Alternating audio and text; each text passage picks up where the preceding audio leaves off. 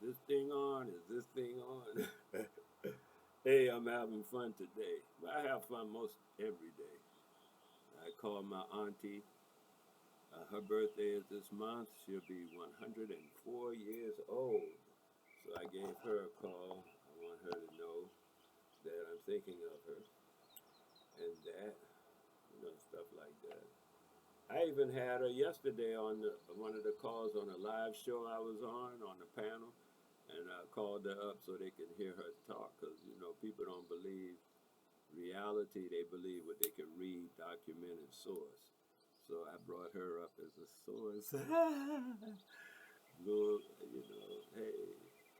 So anyway, today is about this concept called paradise. You know, uh, paradise is a concept. It's not a location.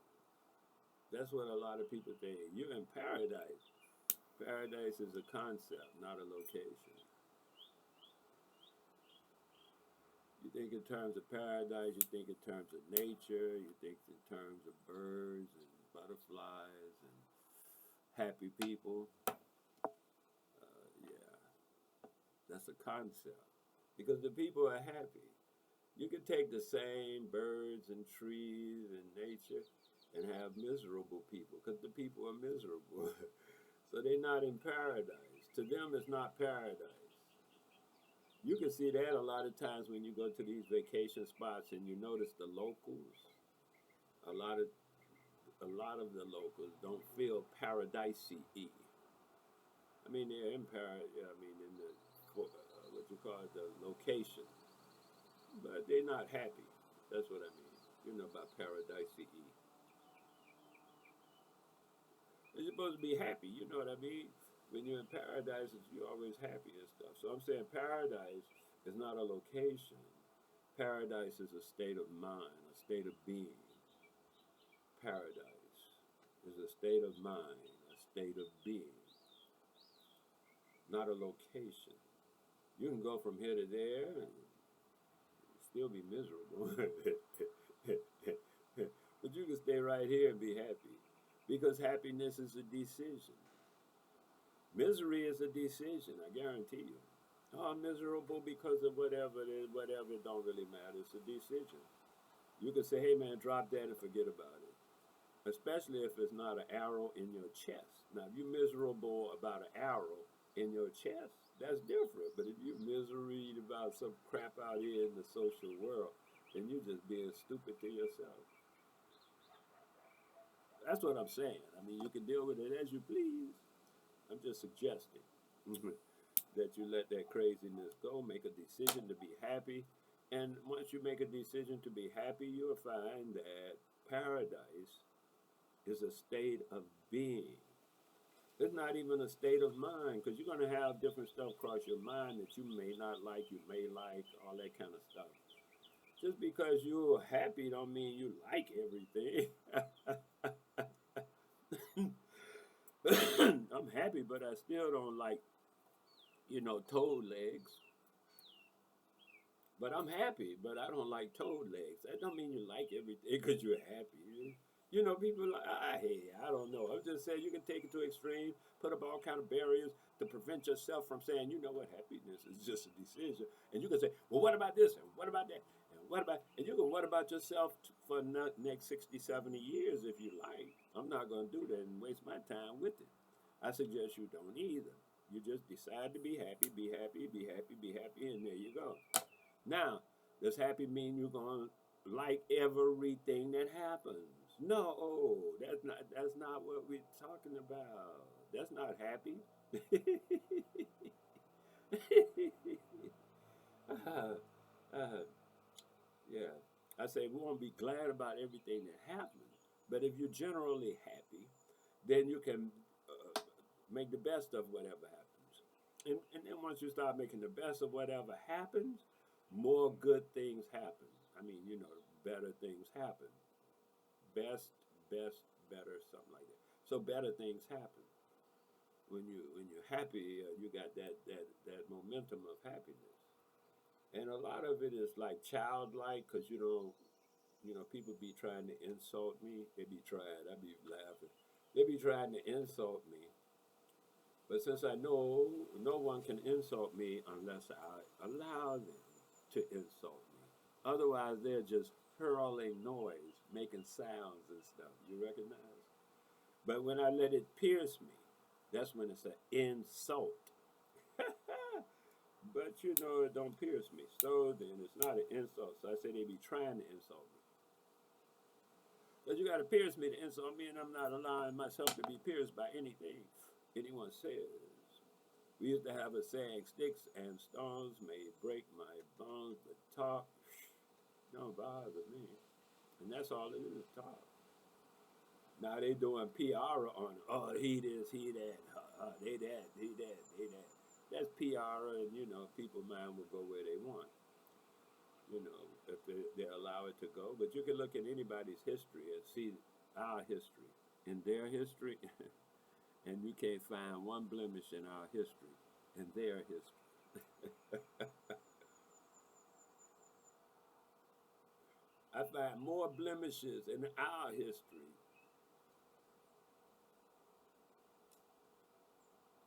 about us than I find in other people's history about us.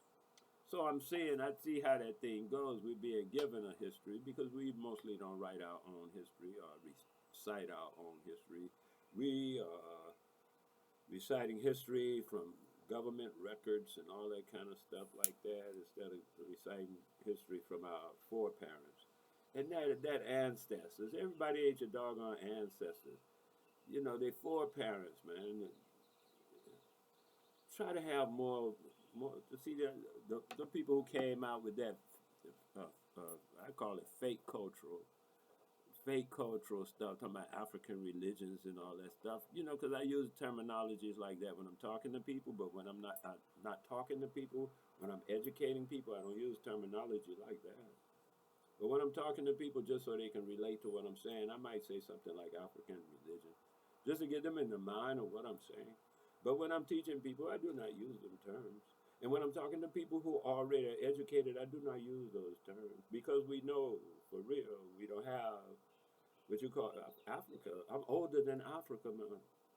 I'm older than Nigeria.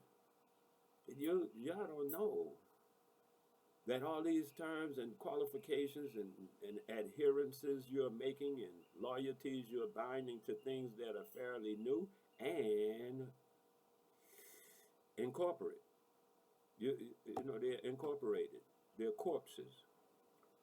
And you're adhering yourself to corpses as though you and the corpse are the same.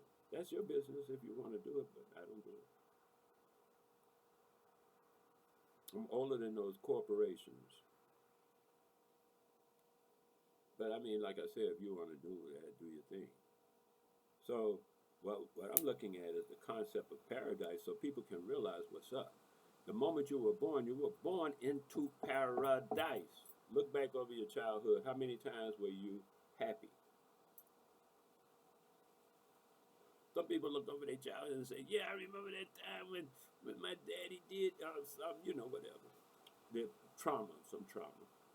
And I say, okay, that's nice. But I want you to look in your childhood and see when you were happy. Because they have us trained by school, by the news, by public media and everything, by even our own barbershop talk. We're trained to look for the negative in anything and to just pretend like the positive didn't happen. Negative and positive is relative to where you are in life. Because at this moment you might be more negative than positive, la di da. So you use that negative and positive. I'm trying to use that with you. But the things that you see as what you want to occur in life, I call that positive. The things that you see as you do not want in your life, I'm referring to that as negative. I'm not saying the thing itself is intrinsically negative or the thing itself is intrinsically positive. This is what I mean about when I'm teaching, I don't use those terminologies, but I must use them just to get you to the idea of what I'm saying. When I say negative and positive, I'm not talking about the intrinsicality. of the item itself. It's neither negative or positive. It's just something. And then whether you can use it in your life, beneficial to you and your wants and desires, then we say it's positive. When you can't use it in your life, beneficial to you and your desires, then we refer to it as negative. Simply. Meanwhile, somebody else may see it as a positivity in their life because they're, and that's how that goes. So the thing itself is not negative or positive. It just is. And that's what we are saying when we say, hey, get into self, get into paradise, get into what is. Not what people say what is, but what really is. That's what people say. Well, that's your truth. Speak your truth, honey. Ain't nobody got that. Nobody got no lock on the truth, man. No part of it. It's just your perspective. You got a lock on your perspective if you want to. I mean, you can do that for a while. I suggest you don't have a lock on it, but stay in that room a while and be ready to leave it. Because perspectives must change. You know, you have one perspective when you're 11 years old, but you have a different perspective when you're 21 years old, and yet another one when you're 41 years old. And I dare say, should you live long enough when you reach 71 years old, you'll have a yet different perspective. So I'm saying don't really tighten up on them perspectives because allow them to change because you grow with perspective. Perspective is a matter of angling on what is. Okay, so now I take a little baby, they shorter than the table. They can't see what's on the table. They don't have that perspective. And then as they grow older, they can see what's on the table. Now they got the perspective to be able to see what's on the table. They grew into that perspective. Yeah? And so they have to adjust their thinking to that new perspective. That's what all this stuff is about. The truth didn't change. What's on the table is the same thing, but their perspectives change. I went in one direction because that's the business of what I do. I went in one direction and came back in another direction, looked at the same thing and saw it differently. When you're going, you see it one way. When you're coming back, you see it a different way. You get a different perspective. If you don't qualify that in your mind and use it because they talk about the law of physics. The law of physics is simply the laws of nature that's been written at least hundreds of thousands of years ago. They just revise them, put new words on them. It's the same laws. Can't nobody change the laws of nature, man. It ain't gonna happen. Instead, they say, Sir Isaac Newton came up with the law of gravity. Nobody knew things fell until Isaac Newton. That's what I used to ask in school when they first told me that garbage. I said, wait a minute, nobody knew things fell until Isaac Newton? What were people doing? And he was in the 17, 16, it don't matter, some kind of teenage, more than 100 years, and nobody knew. You could have been born right after and nobody knew nothing fell except him. He had to, I am so bright and brilliant. Hot damn, something fell. And y'all write that down and tell me I'm supposed to revere that? Oh, you just lost both your minds.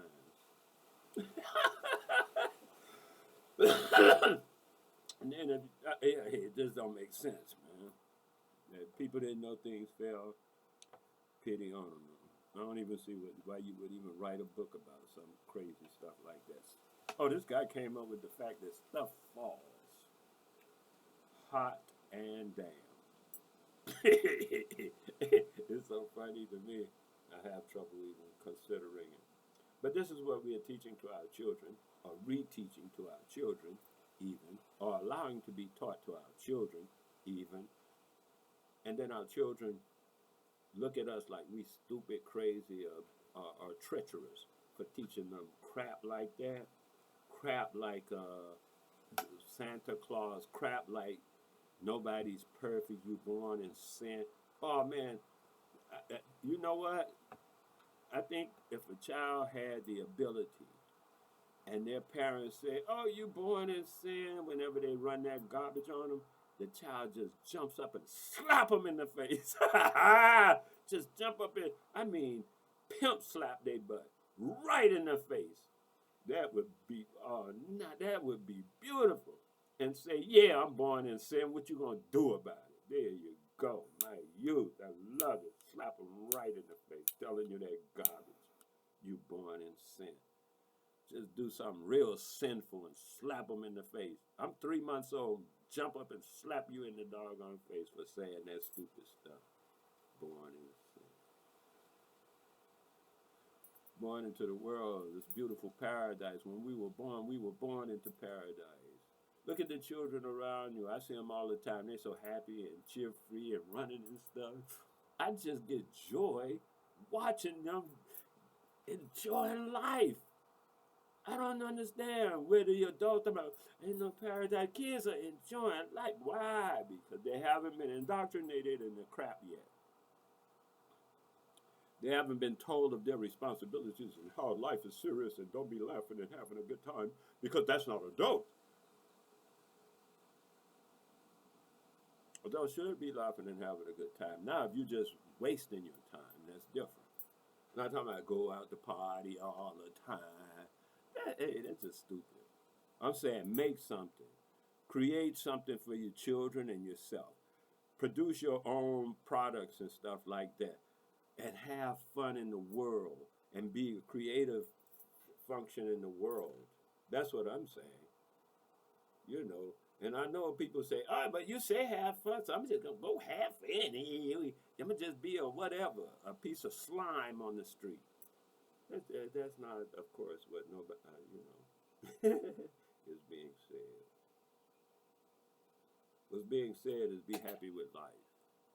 Take all those restrictions off you. Enlighten yourself and produce.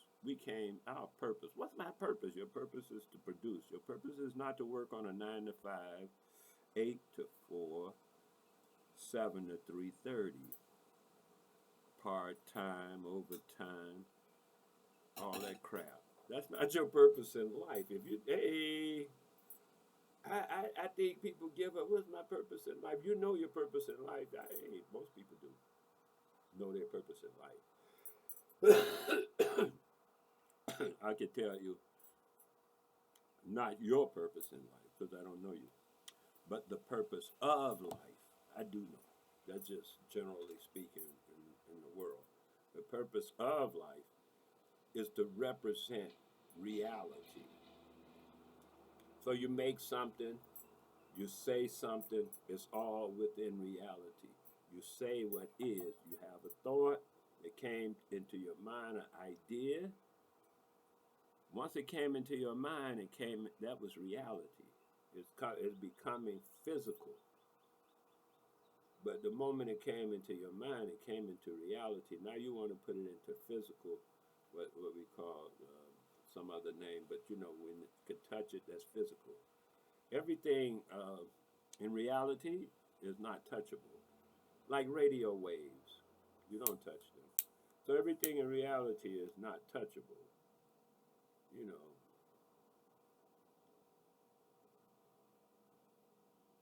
So an idea is about a reality, but it hasn't become physical yet.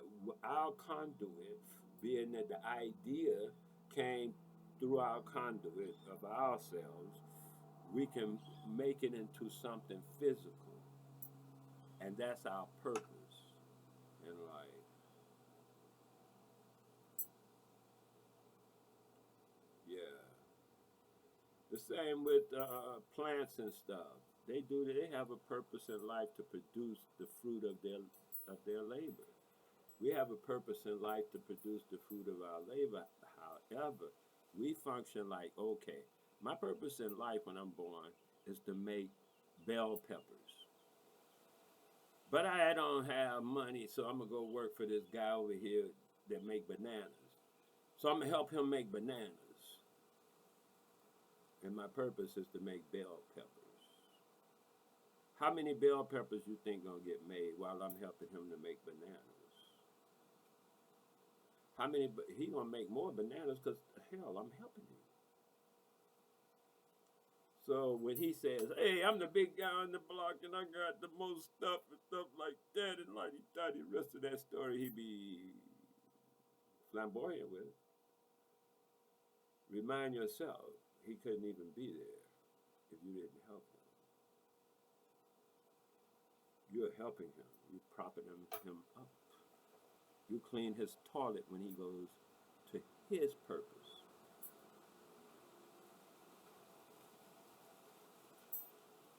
You cleaning his toilet when he goes to do his purpose, and don't do your purpose. Your purpose ain't getting done, and guess what? Your toilet ain't getting cleaned either. See how beautiful slavery is? You know you're a slave when you ain't cleaning your own toilet. You know you're a slave when you ain't doing your own purpose, okay, but you can negotiate that. I'll do my thing for half an hour. I'll do your thing for half an hour. See, you're negotiating now because you got things to do. But when you are not cleaning, I'll clean your toilet, and I neglect to clean my own toilet, now you're a slave. If you're only buying stuff from other people who manufacture and make stuff and grow stuff, and you don't manufacture and make stuff or grow stuff, all you do is work for the people who manufacture stuff and work and make stuff, you are a slave. Done deal. I don't care this stuff about, oh, if you ain't getting whipped, you ain't no slave. Yeah, don't be stupid, man. They just did that stuff to make it all crazy so you won't recognize that you're enslaved. So what I'm saying is the slavery goes like this. They are still in your view of paradise. They're still in your energy, your love of life. You see how they be looking happy in the TV and the movies and stuff. They looking like they so happy and shit. But when you really see them for real, they're not happy like that. But they're still in your energy because you're not using your own energy to make yourself happy like that. Make yourself prosperous and make yourself whatever you need in life. You're not doing that. You have to get it from someone else. Then you will always be enslaved. And they will always be taking your energy and putting it on their thing, which means it's perpetual because you're helping them now. It's all synchronicity now. You're actually helping them to enslave you. Otherwise, it couldn't be done. It couldn't be done. If you don't help, and that's why I heard somebody say, Kanye says that slavery is a choice. And I said, oh, I agree with him. People got mad at me like, oh, you agree with that? Hey, no. Hey, listen, I don't really listen to Kanye West music. It ain't my style and all that kind of stuff. I don't really care. If you said a dog barked the words, I would say, yeah, I agree. It don't matter to me who says truth, who espouses truth. That don't matter. That is the truth, and I recognize it by the bing, by the bong. I'm going with the truth thing. I ain't got loyalty like that. My loyalty is to truth. Guys say, hey, man, when they come, you going to tell them this and that and the other. I say, hey, man, it's probably best for me not to say nothing. Why? Why you ain't going to help me out? I say, dude, I'm not going to lie for you. I won't even lie for myself. Nobody gonna get me to lie, man. You can't do that. Truth is my God. And then to give that up is for me to give up my essence. You know, I be telling people, take truth as your God. If the God is all imperative, and truth simply means what is. This is the way I'm using that word, just in case you got all the definitions. They make up new ones to kind of counteract the intelligence that I'm offering. Then I'm telling you what I mean by the word truth, because I could use just as easily spray bottle. I could say spray bottle means truth. Them little words don't matter. What I mean is what actually exists. That's what I'm calling truth. Nothing else. What actually exists. So when you see something, hear something, through your sensory perceptions, I understand. And you heard this loud pitched sound, and you say, hey, I heard a loud pitched sound. Well, that's the truth. What it was, you don't know, but you heard it. That's truth. That's all I'm saying. Speak truth. Man. Everybody knows truth. Little babies be knowing truth. Are you telling me the truth? Yes, ma'am. They know truth. Just like that. You ain't got to ask them but one time and they got it. Because they born in it. They born in truth. They're not born in sin. They're born in truth. And joy into this paradise that they came into. Being that they're immortal souls. I say it's souls. I'm going to change that word because they done took souls. And we used to be called soul people. Back in the day, in the 50s and 60s, we were called soul people. And they ridiculed us out of that terminology. And they came up with, you know, the man, Sam and Dave, them say, soul man, I'm a soul man. So, because we used to be called soul people. People, you know, now we got to be called all these other names and stuff. And then they came up with the Blues Brothers, trying to usurp the soul man vibe and put it under their vibe. And if you notice them with Jews, because they always maneuvering our PR, our public relations in the world. They're the ones that started that stuff about we cursed and all that stuff. Check them out. I mean, we curse. We got to be slaves of the world. That's their PR job on us. And then we go around talking about we curse. We got to come out of this generational curse. The generational curse is the fact that you believe in some hype that was put out on you generations ago. That's the generational curse. And now you're going to live that way. You're going to lie. You're going to steal. And all that things they accuse you of, which is the curse. If you take accuse and a curse and just add an "are," which means are you going to do it, then you become accursed of what you are accused of. And you know, come on, y'all need to stop playing games, man. You know you ain't that way. Lying and cheating and stealing, you know when you do it, you feel like it ain't, like you said, I don't feel right. But they didn't convince you that right and wrong is up here, but it's not.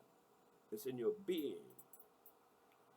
So I'm saying, okay, you can take that, kick it around, do what you want with it, and be like, this ain't paradise. Hey, and that's your experience. And the next person, sitting right next to you, can say, oh man, I see what Julie's saying. This is paradise, man. Life is good. Just, y'all both sitting there. Neither one of y'all got no physical problem. You ain't got no arrow in your chest. Nobody, bullet wounds, just leaking blood and shit. And you say, hey man, life pretty damn good. Do it right. This is paradise. I'm experiencing this. I'm satisfied here. I got this. There's no pain and life pretty doggone good. Just like when the worries are in your head. That's why I say you have to come out of your head, man. Don't live up there. It's not good for you. It's bad territory. Go up there every now and then when you need to go up there. Like you go up to the attic. How often do you go to the attic? Yeah, don't go up there. You go up to the attic when you need to retrieve something. Yes? That's when you go up there. When you need to retrieve something. Oh, I need to know or retrieve the information I got when I was in high school for something. Then I go to the attic and get it. Otherwise, So, there you go. This is paradise. Stop living so much in your head in the attic with all them worries and stuff and old bills and whatnot. And come down and live in the house where it's happy. Life is good, man. Enjoy life. Make something. Busy hands make a happy mind. Make stuff. They used to tell us like this, idle hands are the devil's workshop. Because you ain't doing nothing. You ain't making nothing. You're going to be bedeviled. You have to keep doing and making things so you don't become bedeviled. These things here are not just what you've been told. These things carry electrical impulses, and they're all quantified. You can say just what you're going to get from each one of them, and this hand, same way. All of these, we know all of this stuff from, they call them science fiction novels, but you see you could touch your screen, because they say fingerprint, but they know the difference between your fingerprint and your finger. Because if you don't use your finger, you just a print, pin it out on a piece of paper or something, not gonna work. This is what I'm saying. These things have power, unbeknownst to you, especially when you don't use them. That's why a lot of times we admire people like the boy called himself Prince. His father, I guess, named him Prince. Played the guitar, played the piano. He used these right here all the time, all the time. This bring out the glory in you as beings to use your hands. See, I carve wood. I've been carving wood for 40, 50 years now. And so I'm always using these, and I make clothes for 25, 30 years now. So I'm always doing, I make this and I make that, and oh man, come on. You got to be using your hands. If you're not using your hands, and then who are you using your hands for? Your own purpose. If you're using your hand, I use my hands at work. You're giving all your energy to somebody else, and now you're gonna tell me about it as though you're doing something for yourself. Hey, you just joying me, man. You're joking me. Get out of here. Even like I said, if you go to somebody else's work and like a job or something, and you do it for how many ever hours, and then when you get off of that, you do so much for yourself. Not just cooking food or this or that and that and that. I say not just that, but you should do that too, because you go to Chick-fil-A and all these other places to eat. All you eating is garbage. Let me tell you one thing. The FDA did a thing recently. Put out a paper recently that said less than 5% of the food in the supermarket, in the grocery store. Forget about fast food stores. I ain't talking about that. I'm just talking about the supermarket where you think you're gonna go get good food that you could eat and it's healthy for. They say less than 5% of it is healthy, and that's at the supermarket. So once you go to all these other places that prepare food for you, yeah, you're going down from 5% on a steep angle. It's like crazy. Bam! From 5 to 0, less than 0. Some of that stuff is downright toxic. That means it's less than 0% good for you. Might be 49 minus 49% toxic, which means that'll probably kill you. We had rat poison and stuff, kind of areas of toxicity now. So I'm suggesting to you that you eat fruit as you can. If you can grow some, or go to a farmer's market type attitude and buy some, not from the supermarkets. Their fruit is already treated and set up so it'll last on the shelves. They are strictly corporate. That's why I say farmer's market or something like that, where people are handling this under their own auspices. And a lot of times the food is closer to the ground instead of being so treated, because the smaller vendor is unable to supply enough volume to need all of that preservative. And so they don't have to use preservative. And you can get preservative free or almost free, GMO free, stuff like that, food. It's not, I don't mean GMO free, free of GMO business. So that's it.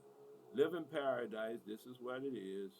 Butterflies, flowers, make it like you want it. I know a lot of people, I go to their house, and their house be so niced up. And I'd be like, yeah, they get it. You just make wherever you at, nice it up so that you feel good in it. You know? Take paradise and make it what you want, because that's paradise. And that's about it. Yeah, paradise is not a place, it's a state of being. And now when you say, hey, I'm going to go home, because at home I can relax and go back into my state of being. And in that, it's like kind of tricky. It becomes a place or a location. However, it really isn't. It's like a yoga mat. You don't. I guess that's called yoga mat. That little mat people take around. But you don't need that to do yoga. Okay. I'm out. One love. Live in paradise. Decide to be happy. Speak the truth all the time. Tell your friends, neighbors, and your children. Truth builds confidence. Truth builds trust. And, you know, make something. One love.